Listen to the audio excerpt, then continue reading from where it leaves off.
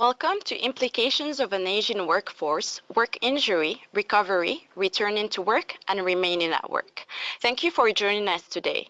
My name is Yusra Benjeloun, Administrative Coordinator and Project Manager with the Work Wellness and Disability Prevention Institute, and I'll be moderating the webinar today. This webinar is made possible through the support of the Community Gaming Grant Program through the BC Government, as well as donations and memberships to WWDPI. We thank our program partners, Canadian Council on Rehabilitation and Work, Education Advisory Committee, and speakers who contribute to this webinar series.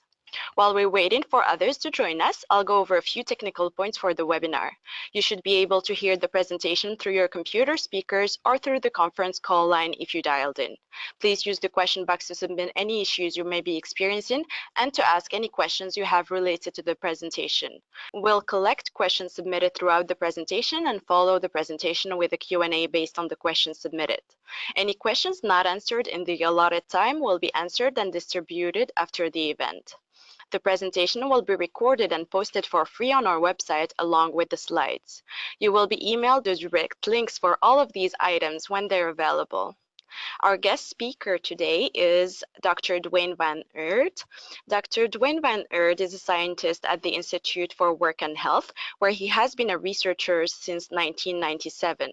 He has a master's and bachelor's in kinesiology from the University of Waterloo, a master's in health research methodology from McMaster University, and a Ph.D. in work and health from the Faculty of Applied Health Sciences at the University of Waterloo.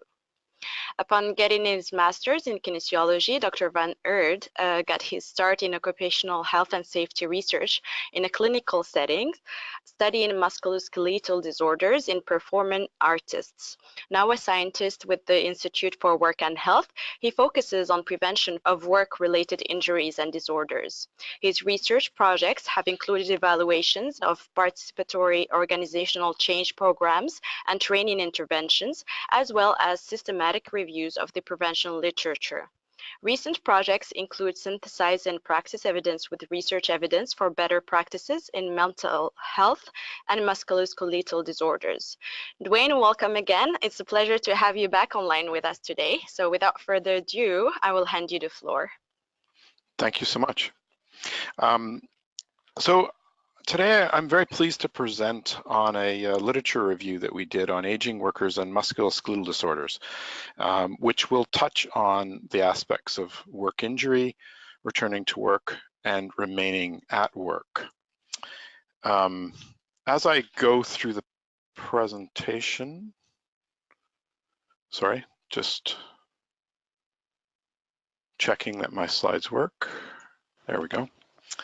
First thing I'd like to do is just acknowledge that the research was supported in part by funding from the CRE-MSD, which is the Center for Research Expertise on Musculoskeletal Disorders at the University of Waterloo, and that the Institute operates with the support of the province of Ontario. However, the views expressed in the document are those of authors and does not necessarily reflect that of the province of Ontario. And lastly, I'd like to thank Jonathan Fan for some updates on some ongoing research with aging and injury, which I'll talk a little bit about later on. So our research team consisted of IWH researchers, myself, Yvonne, Kim, and Emma, and as is a consistent feature of the IWH review program, we engage with stakeholders throughout the review if possible to get practical views and make sure that our messages are meaningful.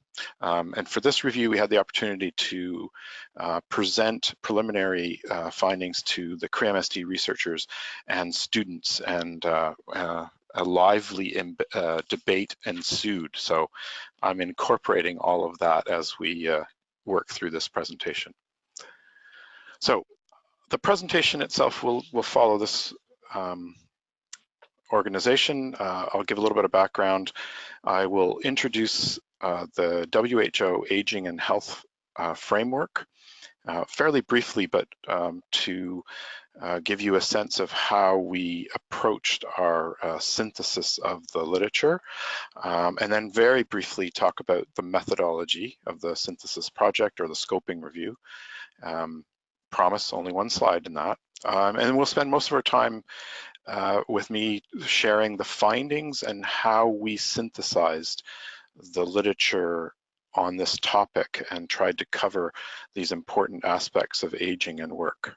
And then I'll summarize and leave a bit of time for questions. So I'll start off with the background. Firstly, just introducing the Institute for Work and Health. It's an independent, not-for-profit research organization based in Toronto. Our goal is to protect and improve the health and safety of working people by providing useful, relevant research in two areas: the prevention of work-related injuries and illness, and the prevention of work disability, if you will, promoting recovery and work functioning. And our work provides, or we attempt to provide, impartial, evidence-based guidance to the widest possible variety of stakeholders, from government to workplaces to workers and all in between, the occupational health and safety professionals, union and labor as well. All right, so as many of you will probably be aware if you're joining a webinar on aging workers, the global population is aging. And there's a projection that 1 in 5 people will be over the age of 60 by 2050. And in Canada, it's a similar picture. The Canadian population age 65 and over will double over the next 25 years, and perhaps even less than that, with the average age of Canadian workers predicted to continue to rise until 2031. So we are in this, the baby boomer bump, as they call it sometimes. However, it is unclear whether Canadian companies and organizations have addressed the impact of an aging workforce on occupational health. Hence the need for a literature review, or that was our prompt for a literature review. However, there is increasing focus from many researchers, not just work and health researchers, as this snap from a website from McMaster University.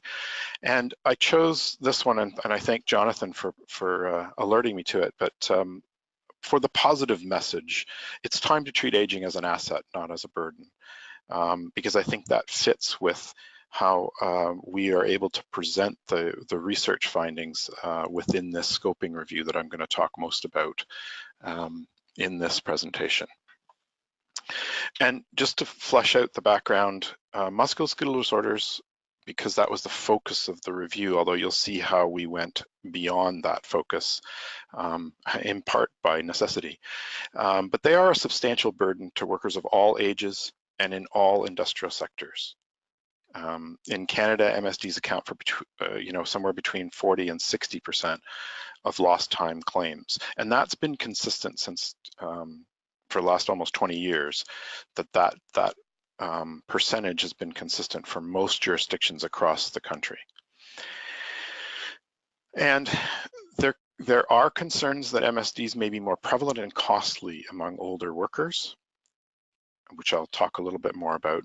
And there's certainly concern that workplaces should consider strategies for healthy aging to address this aging workforce that we are facing. That is a reality. We are facing an aging workforce.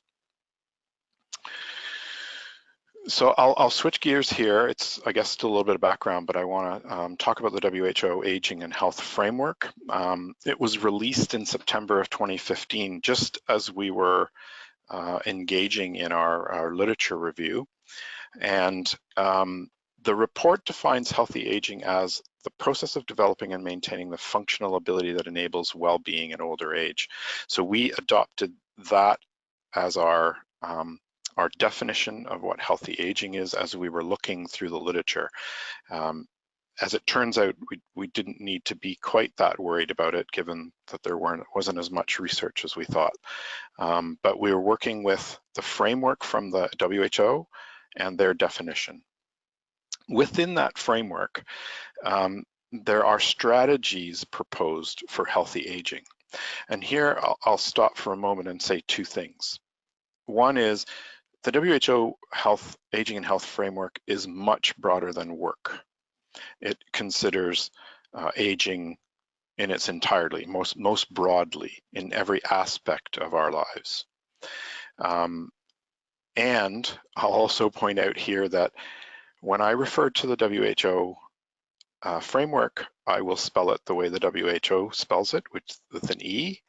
And when I'm referring to our project, I will spell it, which is more commonly done in North America, without the E. So the change in spelling is purposeful, although as an aging worker, I may have made that mistake somewhere. So please don't call me out on that. Within that framework then, there were priority areas for action. And here you can see how broad this is. So aligning health systems with the needs of older populations, developing systems for long-term care, creating age-friendly environments, and improving measurement monitoring, etc. We felt that the area for action that's considered create age-friendly environments could be adapted for workplaces, or that workplaces should be considered age-friendly environments. So that's where we're going to focus when I speak about the findings from the literature. So a little bit then about the specific project. This presentation is really to present some recent research, although that was recent at the time we did it, addressing the WHO report and how they might apply to workplaces. So already in this objective, you can see how I'm not just presenting the findings of a review, I'm taking the review and synthesizing them according to the WHO. And that'll become a little bit more apparent as we move on. So the one method slide, we did literature searches. The focus of the literature search that we did for this project was a scoping review of the literature on aging and MSDs. However, at the same time, or in parallel to some degree, or just completed, I was also on teams that were doing literature reviews on aging and return to work, which was led by Yvonne Steinstra, return to work in general for workplace practitioners, led by Kim Cullen, and I had just finished a systematic review on upper extremity MSD prevention. So those ongoing studies helped to inform both the literature that we looked for and how we might interpret the literature based on aging and MSD. So we have a wealth of experience on the team, I guess. But our goal was to do a qualitative synthesis using the WHO framework, as I mentioned. All right, no more methods. Now, on to the findings. So within the WHO framework, there were strategies proposed for creating environments that support healthy aging. And we felt that these might be the strategies that could be adopted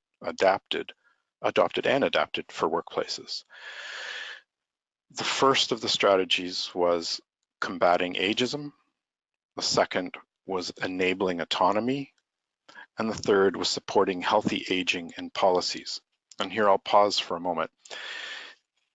The policies that the WHO speaks about in their framework are government policies, or big P policies, if you will. So our thinking was that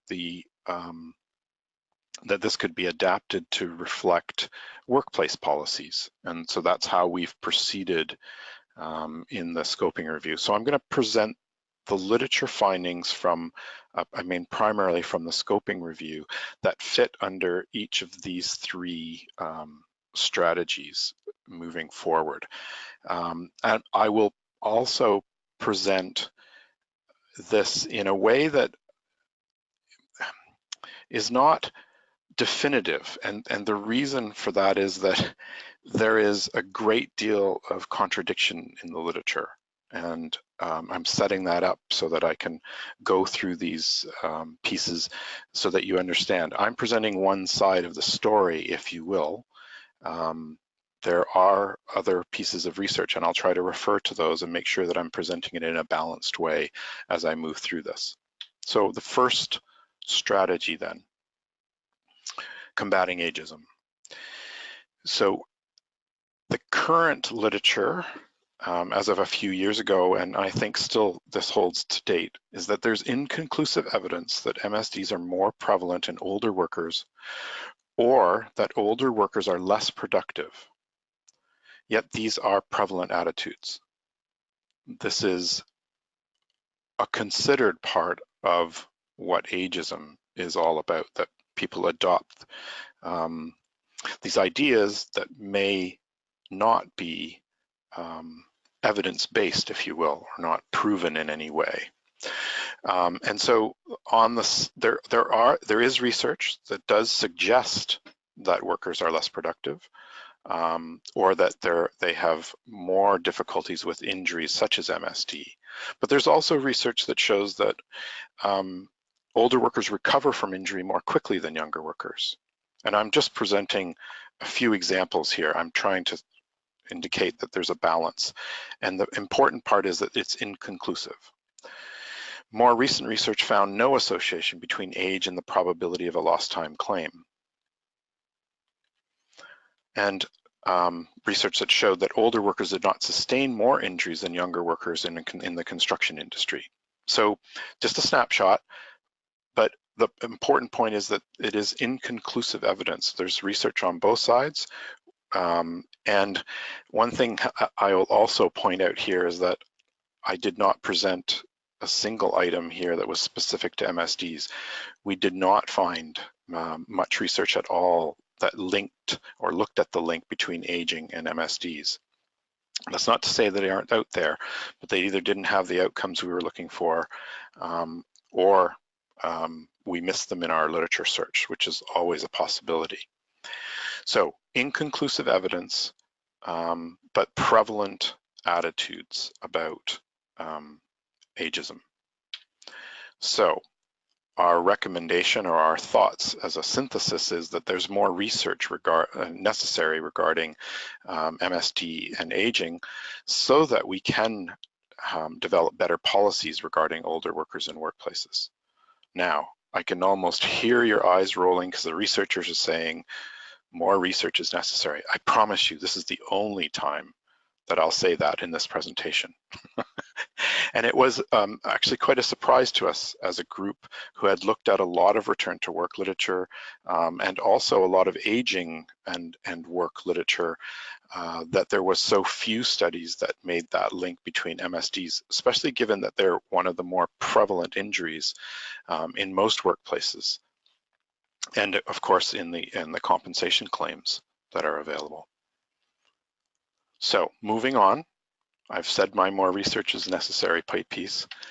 The other strategy that the WHO presents in their framework is to increase autonomy. Increased autonomy can support older workers in working longer, staying at work, being more productive as well. And there's research that show the benefits when older workers are involved in creating solutions for MSD hazards, when they are part of the process, and this is a participatory process. And those clearly show, in both of the studies that I've listed here, they both clearly show that older workers actually benefited more than younger workers in the participatory approaches, which could have to do with the experience levels that older workers have in workplaces, and maybe can provide more input to creating the solutions that they know they need to work more safely. But broader than MSD, there are many studies that show increased autonomy for older workers help to maintain productivity and assist them in working longer. And again, I'm just showing a small section of references, but many studies support this idea of increased autonomy. And in some of the research that was most recent at the time by Ball and colleagues, they reported ideals, which is idiosyncratic deals, are the most useful in retaining older workers in workplaces. So idiosyncratic deals are these individualized plans of attack, if you will. The opportunity for workers to have their own individualized plan allows the most autonomy in terms of being able to keep working and working more safely. So that's a big part of the research literature for aging workers, and some evidence specific to MSDs about that. So the idiosyncratic deal or individualized approaches, one size does not fit all idea could be potentially useful for older workers with MSDs, and this extends more broadly than MSDs, certainly, but within this review, we were focused on MSDs. And as I said, many studies approached or considered increased autonomy. Most often that included flexible work arrangements and the opportunity for the worker to be involved. So the connection between ageism, autonomy, and policies all get quite blurred, if you will, even though I'm presenting them in these categories. They are overlapping, and I'll mention that again when I get to the policy part. So supporting healthy aging in policies in workplaces. So workplace policies that support flexibility, accommodation, and development are required. That is a statement that the literature suggests. And here's where it gets convoluted. The perception that older workers can do less, get injured more, and require more research is unfounded. As I said at the beginning, there's inconsistent evidence in the research. But these perceptions impact on workplace policies and practices. And there's research that shows directly that kind of impact on the policies and practices, both at the level of workplaces, but also at the level of governments, which was a bit surprising to us as researchers when we found how prevalent and how broad this idea of ageism actually is. And ageism then has a direct impact on the kinds of policies and practices that get put in place in different areas and different workplaces. The research that examined workplace policies on aging also showed that there was inconsistent support for healthy aging within workplaces. So again, the more recent research in the last 10 years, where there's actually been a focus on the policies about aging workers, showed that there was not consistent support for healthy aging. If I'm not mistaken, I don't think there were any specifically Canadian studies that we found at the time, but we suspect that that holds in Canada as well, and part of our opening statement then about the idea that there's ageism and that workplaces need to better address aging workers is part of what comes from the literature. So that is an overall and relatively quick summary of all the literature. I'll stop for a moment and also mention that, again, I'm presenting the view that there is inconsistency in the literature, and I'm showing the research that fits underneath the strategies from the WHO framework as the team considered most relevant to adoption or adaptation for workplaces. So this is the message that the literature presents to us using the WHO framework. Luckily, I guess, there is, sorry, I'll summarize then. The workplace policies supporting accommodation and development may be most useful to address MSDs in older workers. New ongoing research by Jonathan Fan, who's a PhD student who's working with us at the Institute for Work and Health and is at the University of Waterloo. And his focus, and we just heard a bit of an update on what he's doing, so I really thank him for the timely opportunity to share some of the work that he's doing. Jonathan is looking at understanding age differences in work outcomes using both survey and administrative data, and his objectives are to examine age-related differences in return to work, sickness absence, across time and in different jurisdictions. He's looking at developing improved measures of aging using existing population-based surveys, and he's also examining the role of age dimensions in explaining age differences, which was truly an interesting challenge, not always addressed by the literature that we reviewed, I'll mention.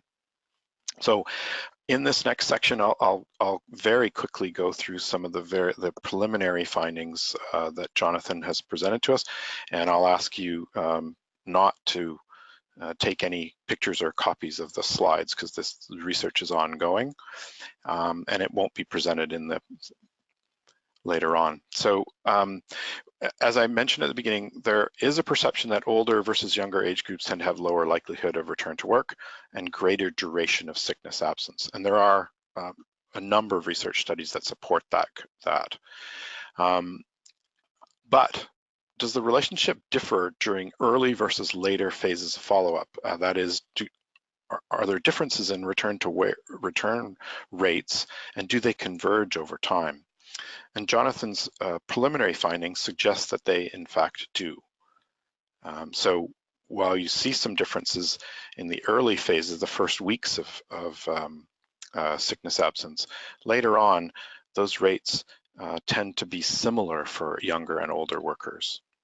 And relatedly, although there's relative differences in return to work between younger and older workers, what about absolute differences? And again, over time, the absolute differences become much smaller.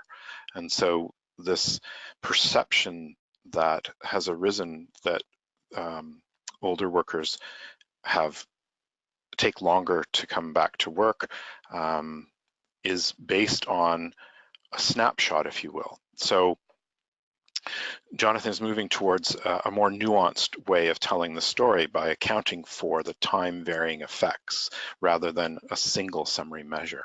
And it's quite exciting to hear where he's headed with this research. Also from Jonathan's research, aging is a heterogeneous process, and it's more than just chronological age. So you've heard this often before, age is not just a number.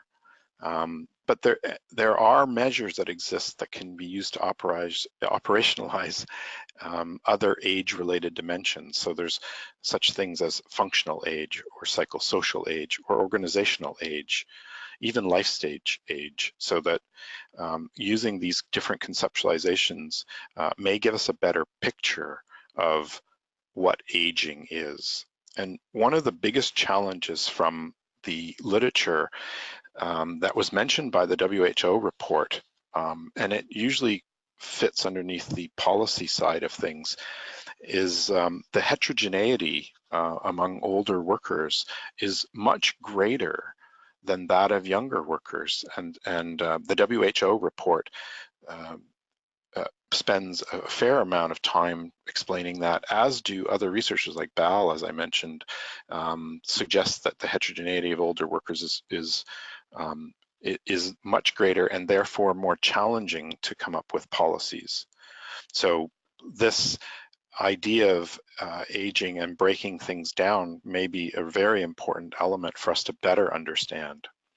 So preliminary work that Jonathan reported on from Canadian survey data suggests that the age-related differences in work and labor outcomes are not well explained by chronological age alone, but can be explained by some of the other dimensions, such as functional or psychosocial.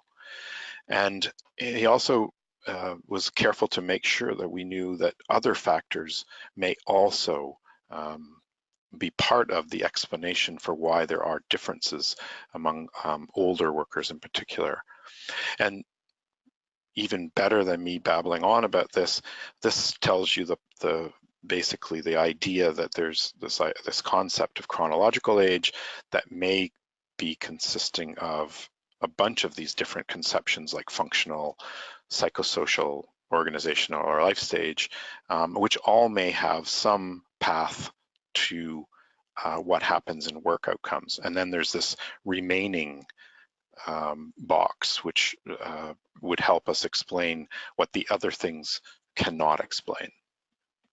So I've moved through that relatively quickly and want to go on to the summary section now. I've touched on the WHO and some recent research, which I think fits very well to suggest that we need to better understand the links between aging and work outcomes. And at present, I'll repeat myself, the evidence is inconclusive about these links to the best of our understanding. So our summary from, and this is coming now back to the scoping review, the literature review. I gave you a teaser of some new research just to see how that fits within this, and that it also is consistent with research that has taken place after the review was completed. So, first point about summary, an aging population and workforce is a reality, and nobody's questioning that, at least that I know of. But overall, we noted a lack of literature evaluating interventions or strategies related to older workers and MSD. So that was my one time to say that more research was necessary. The link between aging and MSD is not clear. Specific research related to strategies to reduce MSD suggests that age is but one of many factors. So creating healthy workplaces requires strategies to reduce MSDs regardless of age, but it might be important for us to keep age in mind when we think about those strategies. So a nuanced way of saying it, but certainly important to think about MSDs are a problem. Creating healthy workplaces is an important solution to that problem, and age might be one of the factors to consider in moving towards healthy workplaces. We think that from the review and of the literature from the various different literatures as well, that adopting or adapting the strategies from the WHO framework are important for workplaces to consider. And again, repeating them here, combating ageism, enabling autonomy, and supporting healthy aging and policies, workplace policies. And again, re-emphasizing the fact that these all overlap to some degree. It's not such a clean division between all of these different things.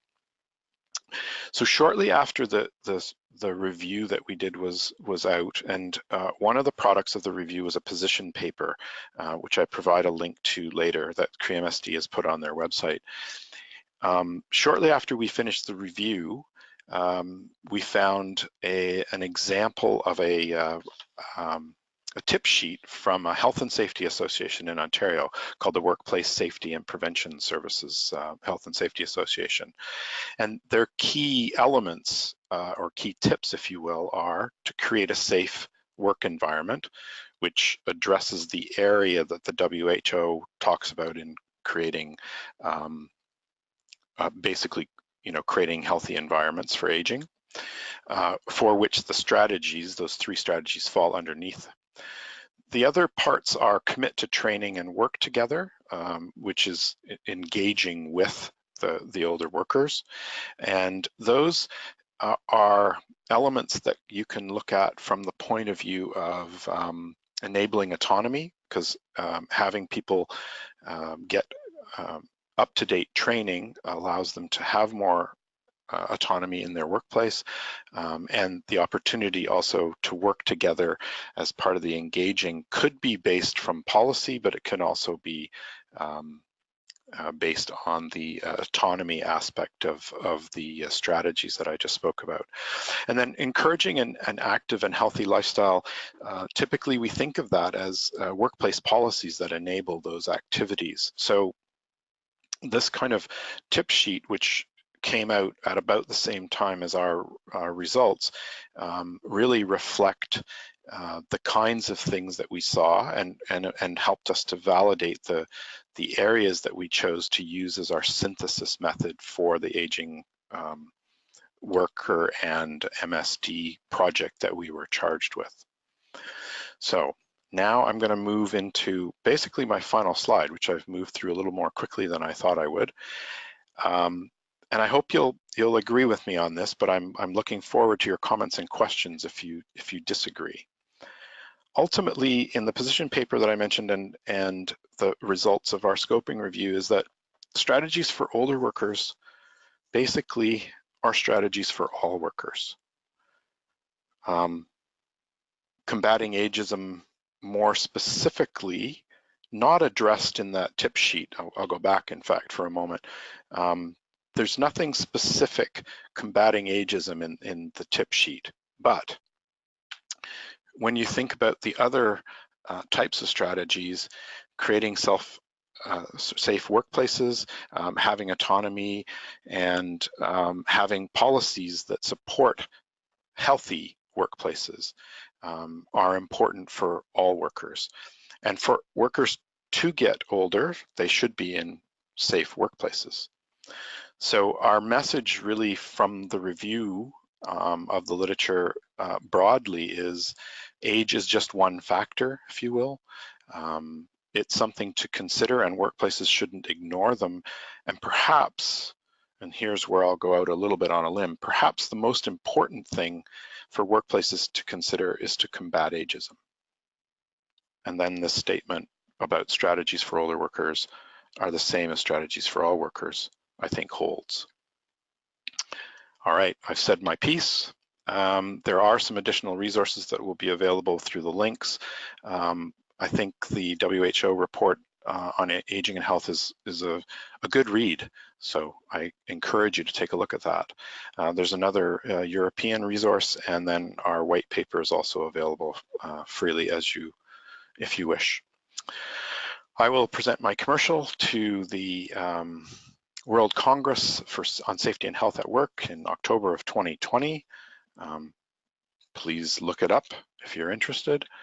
And I will stop talking now and open it up to questions. And I'll leave up our other evidence-based resources for you to look at while I'm doing that.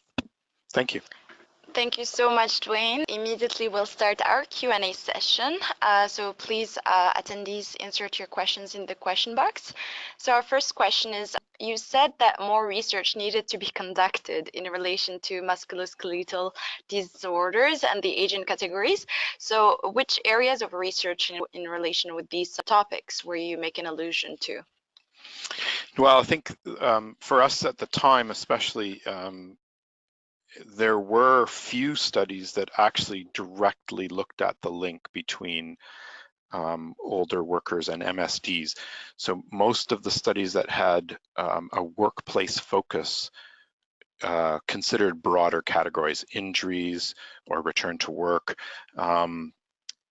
There were a couple that teased out the difference between MSD and the other injuries that they looked at. For the most part, they lumped all return to work or disability or function issues all together, and it was difficult to find a direct or more specific answer for MSD and aging workers. The specific, that's what I was referring to. Thank you so much for your answer. So can you give concrete examples of enabling autonomy, and related to that, can you explain how that helps older workers to work longer? Yes. So one of I'll come from my position, what I work on mostly is participatory ergonomics or participatory organizational approaches. When you have workers, give workers the opportunity to help solve the problems within the workplace themselves, that's giving them some autonomy over their work, some control over how they do their job, how they control the hazards that they face. And so there's direct research that does show that does increase their ability to be safe at work. And more broadly, the other areas of research showed that when workers were engaged, so older workers in this case, were engaged and had control over how they do their work or what they do during the course of the day, and it doesn't have to be ultimate control, but there's some control over those aspects. Those people in the studies that weren't looking specifically at MSD stayed at work longer, did not retire as early. So there's studies that looked at retirement, there's studies that looked at whether workers go off on disability leave for longer periods of time. And when they looked at autonomy and their ability to control how they do their job or how they control their hazards, the workers did better. They stayed at work longer in both instances. Does that answer the question? Yes, thank you. So you were talking about inconsistencies in supporting healthy aging. I think it was in your previous slides. Right. In your supporting healthy aging policies slide. So what inconsistencies has your research uncovered? Ah, I see. Yes. So what we found in that group of studies was that there were workplaces that did not address aging whatsoever in their policies. There were workplaces that had mention of policies, but really did not. None of those, or sorry, in those instances, not always showing any practices that were relevant for aging workers. And so while and I think I may have mentioned this right off the bat, there are some that don't have any policies related to aging at all.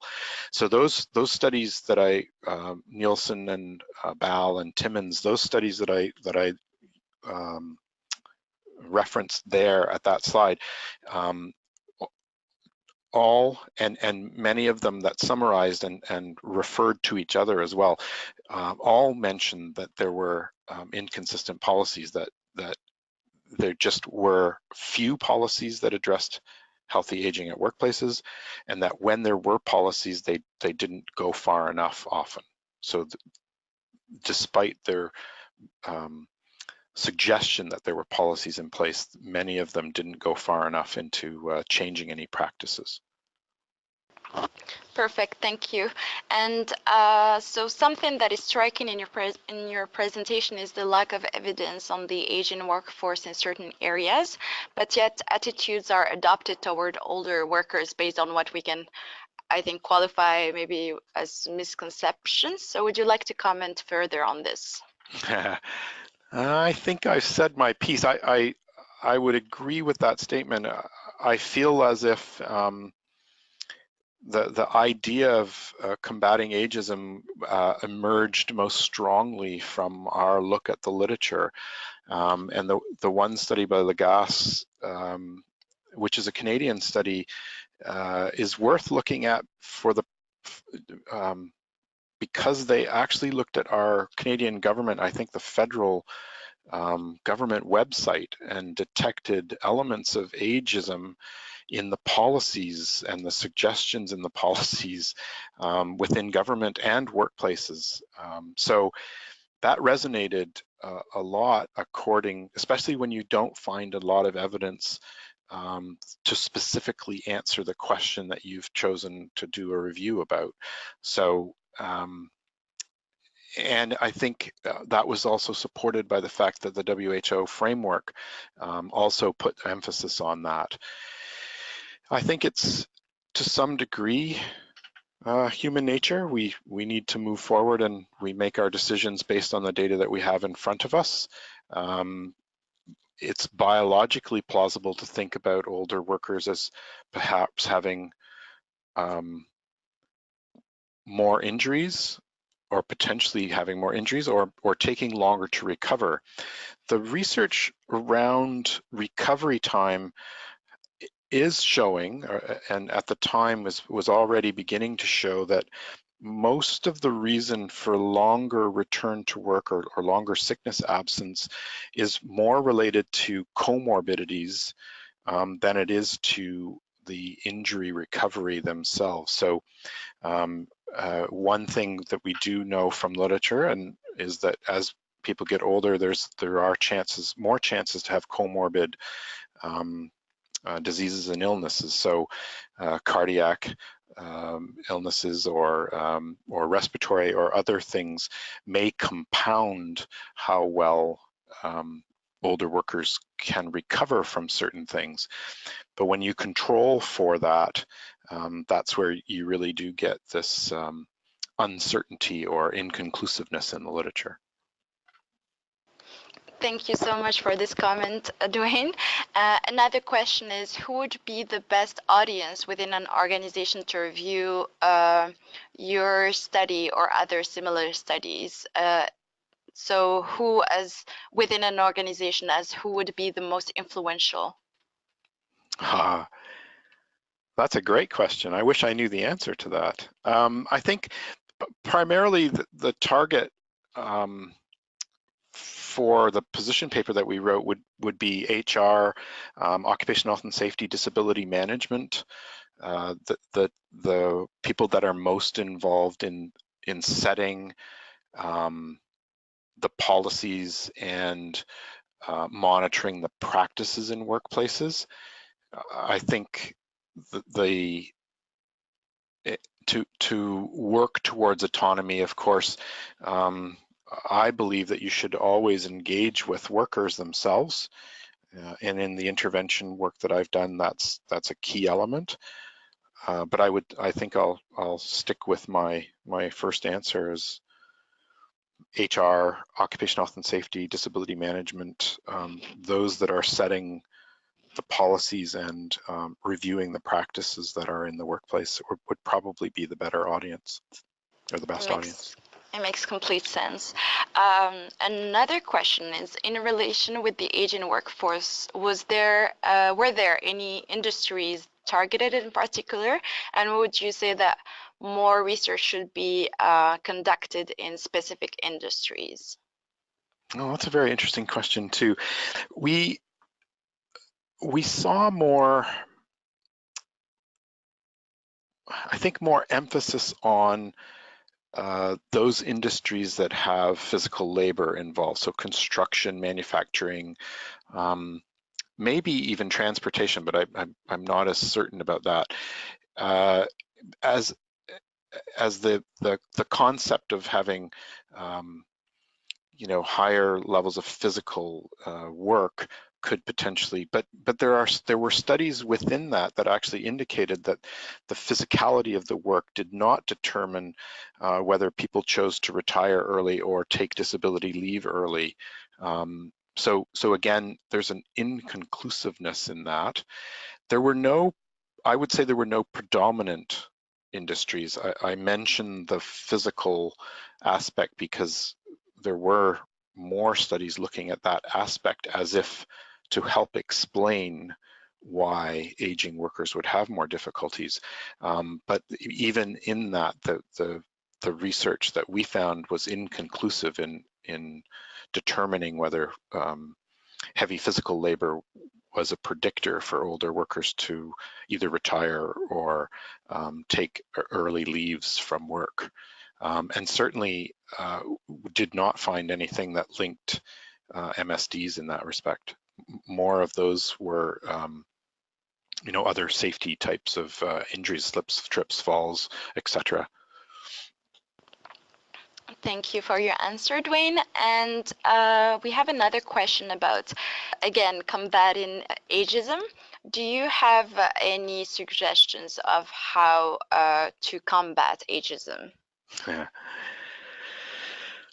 No, I really, so I'm going to start off with my no. I think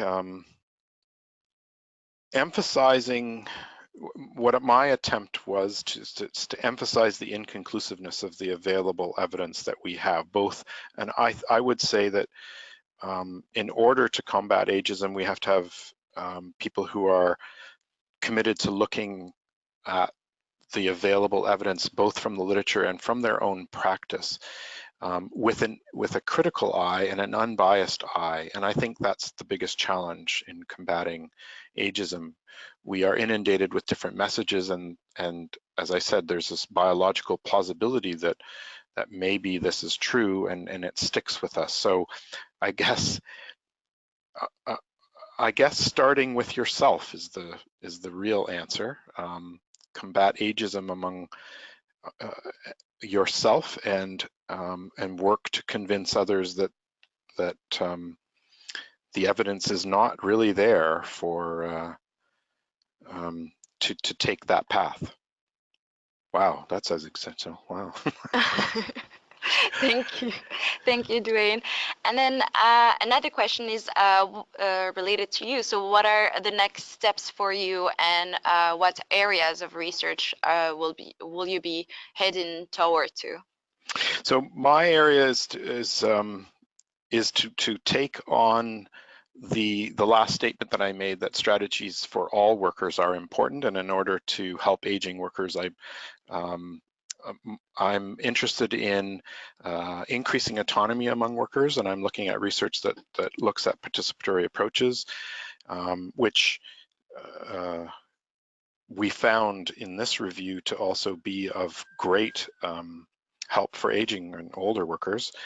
And the other part of the research that I'm interested in is as researchers, we often think that systematic reviews are an important element of summarizing things for practitioners, but practitioners have a great deal of expertise in the workplace, both if they work for a single workplace or consulting. And I'm looking at how to combine the evidence from practice along with the research so that we can give better tools to workplaces to combat workplace injuries and illnesses. Thank you. We really appreciate your work, Dwayne. And so our last question would be just, if you had one message for our audience today, what would it be? I'll go back to my strategies for all workers statement. I think if we want to help aging workers, we need to create safe, healthy environments at work for all workers. I think that's my take home. Perfect, thank you. Oh, we have one last question. I think we do have time. So, sorry, did any studies or policies talk about the value of retaining any, but specifically older experienced worker, regardless of effect of injury on the job? So, for example, keeping employees, helping them preserve organizational knowledge. Yeah, that was I was going to say, that's the one part of many of the studies that looked at aging workforce and the importance of having older workers was for that reason. That was mentioned in almost all the papers that looked at that particular element, is that the knowledge that older workers have, both in how they do their job, which is the tacit knowledge, and how well they can share their knowledge with other workers in the workplace, was always mentioned as a very important element. And then, you know, in the studies that looked at policies, but they also mentioned that, and again, this relates to ageism, that older workers were contributing to the productivity of the workplace in a way that they considered were equal measure. They worked smarter, maybe, not harder, and those kinds of phrases are the other parts that came out of the literature. So there were elements of you know, the knowledge, the preservation and the sharing of the knowledge, but also maintaining high levels of productivity were linked to having a balance of older workers in your workforce. Thank you so much, Dwayne. Thank you for your answers and your knowledge and time. And mostly thank you for sharing what the research says about practices and policies flexible in providing accommodation and supporting the autonomy of older workers, and also for posting out some resources that can provide some further guidance in that area, and that it's important to combat ageism. Thank you for the opportunity to share this. Thank you so much. So thank you immensely for putting this presentation together as well in such a busy time for you. I know that. So thank you. And You're welcome. to our audience, thank you again and always for your attendance in this